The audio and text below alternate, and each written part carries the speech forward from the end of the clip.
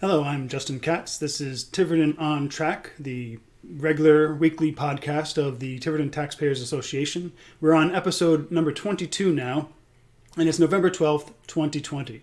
So for track one, the other side of an election. So we're in a post-November 3rd world, believe it or not, and it doesn't seem like it's ever going to end November 3rd, that is. And we're living in the state of Rhode Island, period. That's it. No more Providence plantations. Cheer or not, it's a different place to be, I guess. So in Tiverton, the town council is now a majority of new faces, which can be good, healthy. The incumbents remaining are Donna Cook from the TTA slate, Joseph Perry, and Denise DiMedeiros. Those are the three incumbents, and they're joined by newcomers to the council: Jay Edwards, previously from the Budget Committee, William Vieira, Mike Burke of the Democrat Party, and Deborah Janik, also previously of the Budget Committee. Now, those four, along with Denise DiMedeiros, they ran together as a slate. We can hope, though, that they'll come at questions with different perspectives, different approach, a variety of directions. They are different people, and they join together for varying reasons. So we'll see how that turns out. The school committee, for the most part, was a foregone conclusion. There were 3 open seats and 3 candidates. They all won. The only real change there is that Mike Dakotas, who's a parent and a resident, he's replacing longtime committee member Sally Black, who has decided to retire from public office, at least for the time being. And I'm sure we'll see Sally around town and at meetings as for foreseeable future. As for the Budget Committee, the only candidate on the ballot, David Perry, he got on. But there are 4 more seats that will be decided by write-in votes. If the state's website is to be believed, and that's not necessarily something that can be counted on, but there are around 1,500 write-in votes. So I guess there have been some technical difficulties getting those votes reported and tallied and back to the town. So we'll soon find out who's on the Budget Committee there. 4 seats will definitely change the character of that committee. And finally, one notable change elsewhere on the ballot or in Town Hall is that retiring town clerk Nancy Mello has been replaced by former town council member Joan Chabot. Now, of course, they're very different women, but we can expect that visitors to the clerk's office will still be welcomed by a friendly face.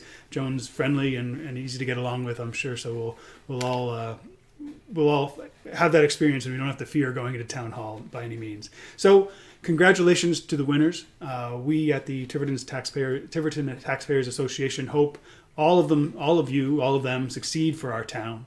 And we at the TTA have exciting plans to help you, the residents, viewers, voters, taxpayers, keep up to date on what's going on and help you to become more involved and connected with town events and town government.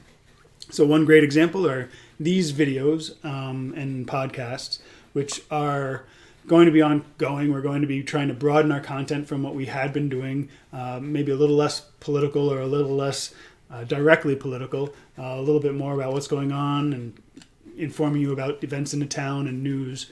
So to start off that broadening, track 2 is a conversation I had with local media personality, former state representative from Tiverton, and a former Republican congressional candidate against David Cicilline.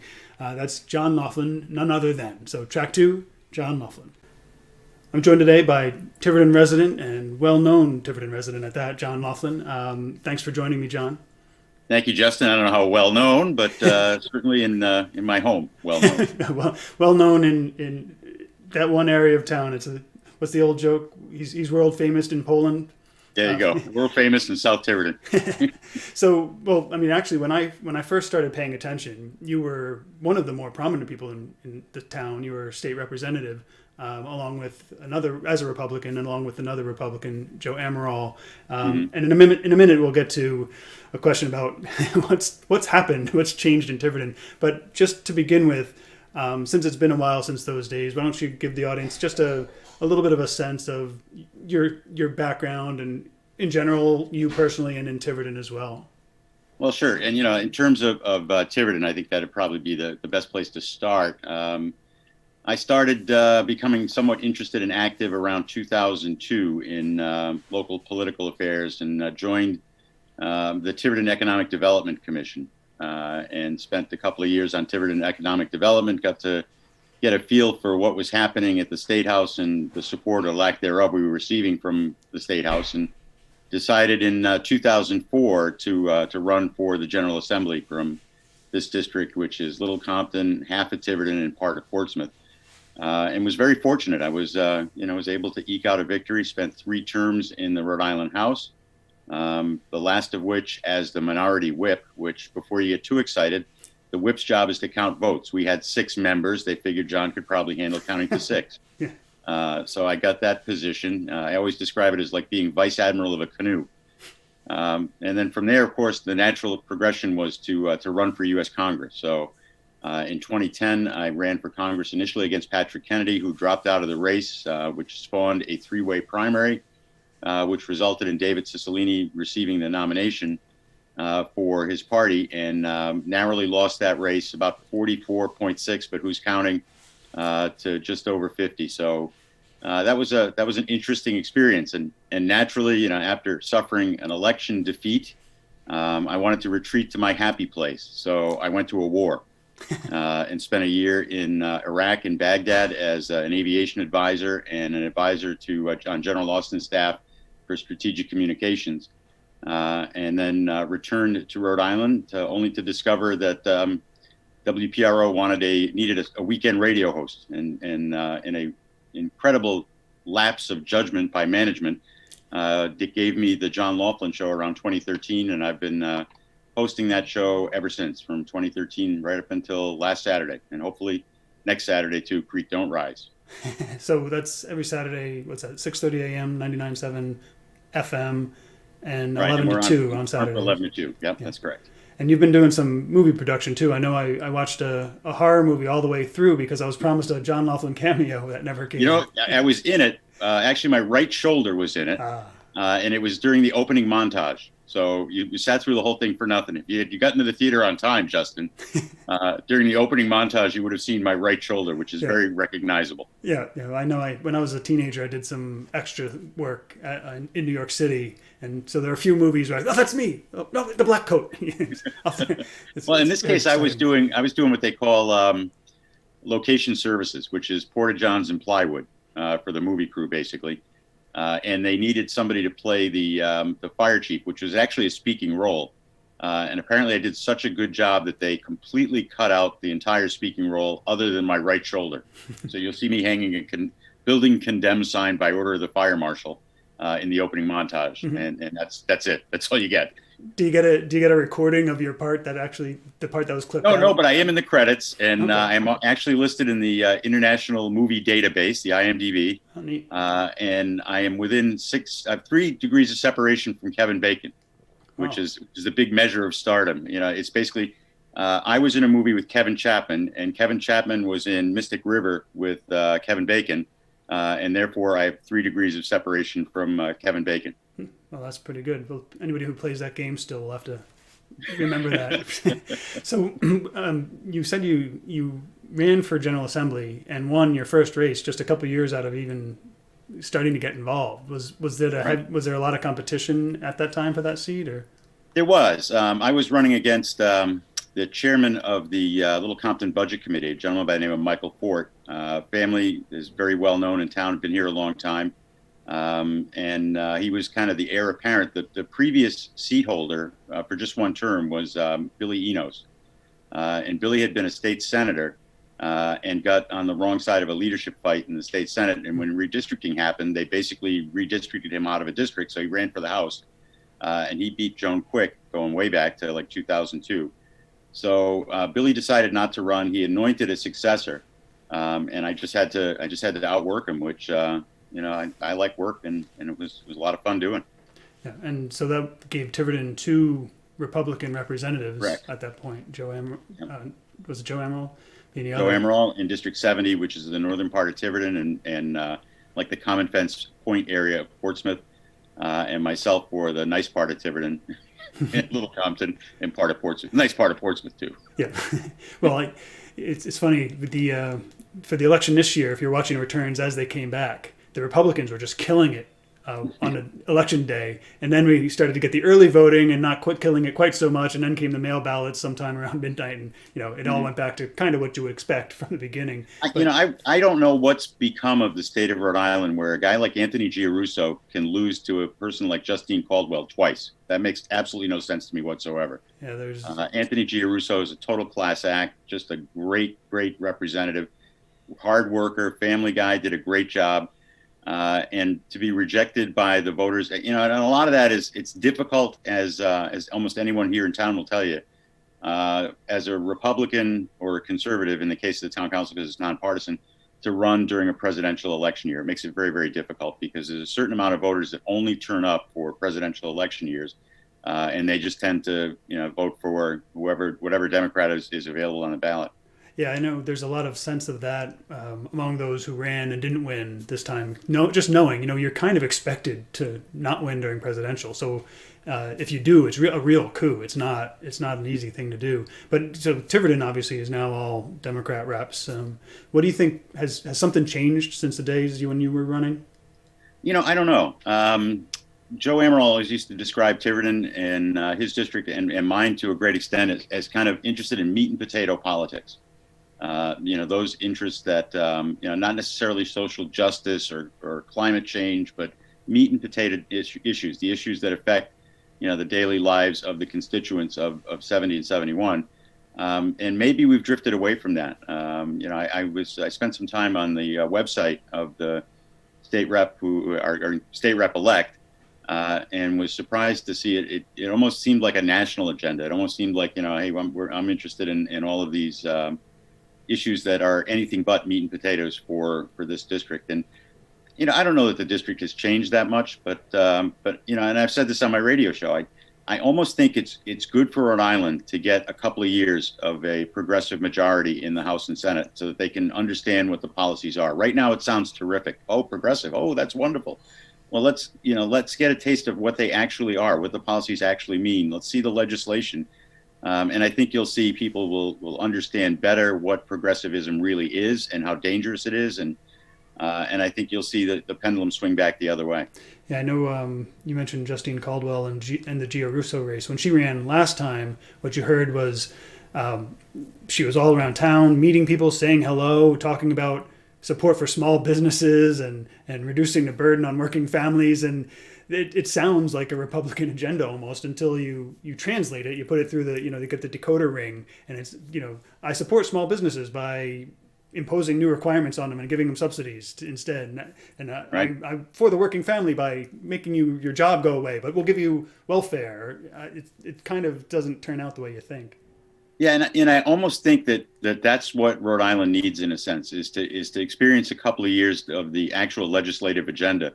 As I'm sure you're aware by now, Nick Mattiello, for a variety of reasons, lost his seat as state representative in Cranston to Barbara Ann Fenton Fung. And Nick was kind of a firewall for a lot of the conservative issues. I mean, Nick, for all his faults, kept a lot of the worst stuff off the House floor. And we'll have to see, what kind of pressure Joe Strakashi is under. And if he's going to be able to kind of keep that firewall going, or if he's going to let a lot of this go. I almost hope he does. Let them have their agenda. Let them put it all in law. Let Rhode Island see what it's all about. And don't worry, we can come back in 2 years and repeal it all. But you need to see it. You need to understand what the agenda is all about, and decide if that's really what you truly want. Well, I almost wonder about the firewall thing. I wonder if that's part of why his support softened, and especially in Cranston. I mean, recently I've noticed Mattiello's line has changed from "I'm a firewall, not a firewall against progressives. I'm a firewall against bad ideas," which is quite a change in tone. And I wonder with John Edwards IV too, because a lot of people thought he was relatively conservative. I know some state reps, actually Republicans, have liked him in office, but then he went along with the abortion thing, and I think he's not coming across as conservative as people thought he was. Yeah, and there's that. District 15, which is his district. When I was elected in 2004 to the General Assembly, the race in District 15 was between a guy named Jim Davey, the Republican, and Frank Montanaro Jr., who was a very well-connected establishment Democrat. And Jim Davey beat him. So that's a district that can go Republican pretty easily. I've often said if I were ever a Republican governor, I would dream of the day where my Speaker of the House came from District 15, because that gives me a tremendous amount of leverage over the Speaker of the House that I wouldn't ordinarily have. So it's going to be an interesting session to watch and to see exactly how much of an influence the influx of progressives have on the General Assembly. And like I said, let's see the legislation. Let's start putting it out there on the floor. Let's start debating it. Let's get your ideas out on the floor and see what they look like, and we'll make a rational decision based on that. Yeah, well, I know. I mean, you and I watch this all the time. What you do see often, it seemed like the speaker's goal was to keep things off the floor, so the more moderate or conservative Democrats wouldn't actually have to vote for it. So it's we're not going to let this go, which is why the abortion bill was a big deal this time around, because it came to the floor and it put everybody right in the spotlight. And a lot of them, like I said with John Edwards, went a different way than people might have expected. So you watched this for your radio show, again, Saturdays 11 to 2. Thanks for the plug. Yeah, that's what we're here for. I'm sure your audience is many times larger than this one, but there might be a couple that don't overlap. So you watch the state level stuff. What are you expecting to see? I mean, apart from what we kind of hope the voters get their lesson taught to them, what do you think will be the next couple of years will look like at the state level? Well, it's all going to depend on how the leadership team finally fleshes out, and you'll know a lot more once committee chairs start to get named. And if you see some familiar progressive names pop up as committee chairs, then that means that the speaker is trying to co-opt that whole thing. But the reps that I've spoken to that are they're excited just to get rid of Nick Mattiello. He was, from the Republican representative perspective, he was an authoritarian leader and just not terribly fair to minority voices. And when I say minority, I mean Republican voices. And speakers have kind of run the gamut. I mean, we had going before my time, Bill Harwood, who was very open to listening to and working with Republican minority voices on the House floor. And then you had Billy Murphy, who took a little bit harder line, largely in retaliation for the attempted coup attempt when we tried to overthrow him as speaker. But even Bill was reasonable. You could work with Bill. You could sit down with him. My technique was to wait till 2:00 in the morning on one of those marathon sessions and go up to the rostrum with a smile and a handshake and talk him into doing something he didn't really want to do, and then hold him to it at 3:00 in the morning. And that seemed to work pretty good, actually. Maybe we need that strategy a bit more. Yeah, but that's interesting about Mattiello not being liked. I remember early on when he was first elected speaker, the Larry Berman, who's basically his spokesperson in the House for the media, took me aside. I was doing a show, I think, on Channel 10, and he took me aside and said, "You're going to like this guy." I think he almost coasted on that. Mattiello did. Well, you Republicans, where else are you going to go? I'm the firewall. And I think that gave him some leverage there. So he did, and that's probably why he beat Steve Frias 2 years ago. Yeah, that sense of a firewall and and also the ballot harvesting. Do you think that played a big role in this election? And is that going to be an issue coming forward? In the Rhode Island sense of the word, no. In the national sense, it's yet to be determined. I was talking about this past Saturday. I mean, I don't know if there was voter fraud. Do I suspect there was? Maybe. But I do know that we need transparency on the process. We can't have half of the general population walking away every 4 years thinking we got cheated. So regardless of what took place, and I would think if I were media proclaimed President-elect Biden, then I would want to have transparency as well, because I would want that imprimatur of legitimacy on my presidency. So I would say, look, let's throw everything open. Let's audit until the cows come home. Let's get every vote counted that's legal. And at the end of that process, you'll see I still won. And now hopefully you can work with me to move the country forward. So, I just think we got to have transparency. If we don't, we're not going to be a republic. When assuming the news media's projections come true and Joseph Biden does become the president, what do you think the rumors about Gina Raimondo? Oh, I hope so. Oh, I hope so. No prediction, just a hope. Yeah, I mean, there was early patter about her becoming Secretary of the Treasury. I heard today, as a matter of fact, that the Biden team is looking at Janet Yellen, so that would move her out of that. But I suspect that her ego would allow her to become an undersecretary somewhere, because that's still a pretty big deal. And they'll find a home for Gina Raimondo. I'm very hopeful that they will. And that would be somewhat moderate Lieutenant Governor Dan McKee ascending to the governor's seat.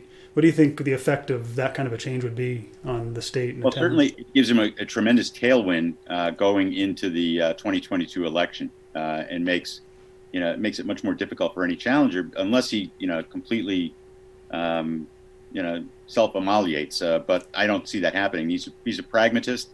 My favorite Dan McKee story is I was on a committee called Health, Education, and Welfare, and we dealt with legislation that affected schools of all kind and other issues.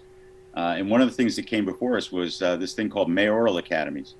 And I was like, I've never heard of this. What are these mayoral academies? So after the first initial hearing, I went to whoever was representing the mayoral academies, and I said, where does this come from? Who's the expert? Oh, it's Dan McKee from Cumberland. Okay, so that next day I picked up the phone and I called City Hall in Cumberland. And I said, I'd like to speak to Dan McKee, please. Oh, yeah, who's calling? Representative Loughlin. Who? Representative Loughlin? Oh, representative of where? Tiverton, Little Compton, and Portsmouth. Is that in Rhode Island? Yes, it is. Hang on. Let me take a message. Came back, took a message. Okay, great. So I figured let's never hear that again. About a day or so later, I get a call from Dan, and he says, hey, why don't you come up and have breakfast, and I'll explain it to you the best I can.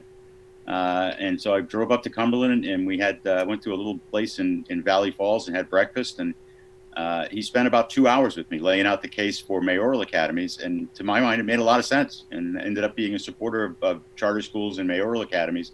But I appreciate it. I mean, he had certainly nothing to gain by reaching out to a minority member of the General Assembly. It's not like my vote was going to be influential in any great way, but he took the time to be open-minded and fair-minded and listen, and that goes a long way with me. So, looking locally, what was the state of the local Republican Party, the Tiverton Republican Town Committee, back when you were running? Because I know there's a long time where they weren't really doing anything at the local level. It was kind of seemed more of a social club. Now it's a hotbed of contention and battling. If you look into it, what was it like back then? I will tell you that throughout, and you probably know this about me, but throughout my brief political career, I always eschewed organized political Republican organizations, and for a variety of reasons. And I always felt that it was based on the individual running. And I don't know if you know Bob Ehrlich, who was the first Republican governor elected in the state of Maryland since Reconstruction. I became friendly with Bob Ehrlich when I lived in the D.C. area. And I remember talking to Bob one day about my frustrations with the Central Committee, State Central Committee. And he was like, John, you live in Rhode Island. He said, I live in Maryland. Same thing, blue state. If you had people who could work together for a common good and get along and maybe, subvert some of their personal feelings to be able to accomplish something, they'd be Democrats. That's the reality. He said the way you win as a Republican in a blue state is you build really good, competent organizations around individuals who can win and keep it at that, because the state party is not going to be helpful to you at any point. And to the local level, again, I never really got involved. I used to spend a great deal of time down at the the Little Compton Republican Town Committee, just because I really liked them. They were nice people, and I liked hanging out with them. And so their meetings used to be on Monday nights. But I haven't, I think I've kind of slipped off their mailing list and haven't been back to a Monday night meeting. But I always enjoyed those meetings, because Little Compton is a microcosm. If you've never spent any time down there in the government of Little Compton, it's really a microcosm of what government can be. I will never forget this meeting as long as I live. I used to go to town council meetings frequently as a state rep, because I had 3 towns and I wanted to kind of have an idea what was going on. And I was sitting in a Little Compton town council meeting, and one of the town councilmen brought up, says, how much does it cost the town of Little Compton to put all these street lights on? And the public works director said, well, there's the cost of the electricity, and then we got to get, a light bulb goes out, we got to get Frank Goulart with the bucket truck, and then we got to buy a light bulb, and we got to put the light bulb in. I don't know, it's maybe $120 a year per light. So somebody made a motion that they turn off all the street lights, and if anybody wanted them on, they could write a check to the town of Little Compton for $120 for their street light. And that's what they did. And in the business areas that wanted that extra lighting, you'll notice they have street lights. Well, they pay for it. And it was just so cool the way they did that. Yeah, just a user fee, I guess. Exactly. If you want your light on, fine. If you don't want it on, if you're not willing to pay for it, we'll shut it off. We're good with that. I wonder if that would fly even in Little Compton these days, though. I hear things are changing down there. So, do you think there's hope for conservatives, Republicans in Tiverton, Rhode Island? And if so, what do you think everybody should be doing right about now? Well, like I said earlier, I think we need a good dose of progressivism here in the state to understand exactly what it is. And, you got this guy, Matt Brown, who's going to be running for governor in 2022. Yeah, he's running the political co-op. Yeah, and he's trying to build a base of support in the General Assembly and their organizations and their fundraising mechanisms and trying to create a groundswell. And, if the legislation is as loony as I think it's going to be, that's only going to help, knock on wood, Governor Dan McKee to overcome a primary challenge from Matt Brown. Well, that'll be good. So, coming up on time here, but what's happening in the near future for John Loughlin? What's on your plans in the coming? Well, you never say never in this business, and every now and then, like an old fire horse, I hear the fire bell go off, and I think, oh, maybe I could take on Lou DePalma and run for state senator. Maybe after this whole progressive wave, I'll run for that General Assembly seat, or maybe Secretary of State, which is an office, by the way, it's always fascinated me. The Secretary of State's office for what it controls in terms of elections and small business is just there's no messaging there. The small businesses are completely left out of the equation as far as the Secretary of State's office is concerned, and it seems the goal is to make voting less secure, not more secure. So there are always possibilities there, but you never know. For now, I'm enjoying I just built a deck on the back of my house. I like walking out on my deck and having a glass of good Kentucky bourbon and a cigar from time to time, and just hanging here in South Tiverton and loving life. You built it yourself or had somebody? I did. I actually did build it myself. I pulled the permit on May 27th, and the building inspector gave me my final sign off on September 8th. So you can tell it took me a while, but I did do it all, and no contractors were harmed. I did everything myself, and everything came from Tiverton. All the lumber came out of Humphreys, and they would drop stuff off once a week, and I'd haul it in the backyard on the weekends and start hammering nails. Well, that's a good way to do it, especially out there in the woods like that. So do you think the Secretary of State, do you think there'll be an opportunity for somebody to, as a reform kind of candidate, given all this confusion, or is that just going to think of the open seats that are available in 2022. The governor's race is theoretically going to be an open seat, although you may have a half incumbent in a Dan McKee there. Lieutenant governor is an open seat. Secretary of State's an open seat. The only one that isn't is Attorney General. I mean, Peter Nerona can run for a second term. But other than that, it's going to be a wide open field. The problem is that the bench is very shallow for Republicans in the state. And we just really don't have any superstars or rock stars in the wings waiting to come out and run for those seats. Well, I'm talking to one right now, maybe. We'll see. So, you have somebody else on the line that I should know about? No, coming up next. No. Well, John, thank you very much for your time. It was a pleasure talking to you, and hopefully we'll have you back for more insight into local. Same here, Justin. Politics. Thank you very, very much. The pleasure was all mine, and love to come back and visit. All right, great, John. Thank you. And thank you for paying attention for that whole interview. I found a lot of it very informative at the state level. And it'll have some real effects on Tiverton as the state government goes forward and changes, and as town government changes.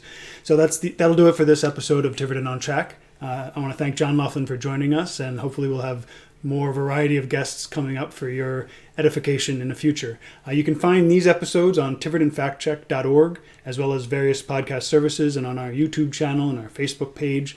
And as always, if there are any outlets where you like to get your video or audio content, let us know, and we'll make sure that this is there. Probably other people are doing it too, and we're just not tech savvy enough to know about it. So thank you for joining us, and hope to see you next time.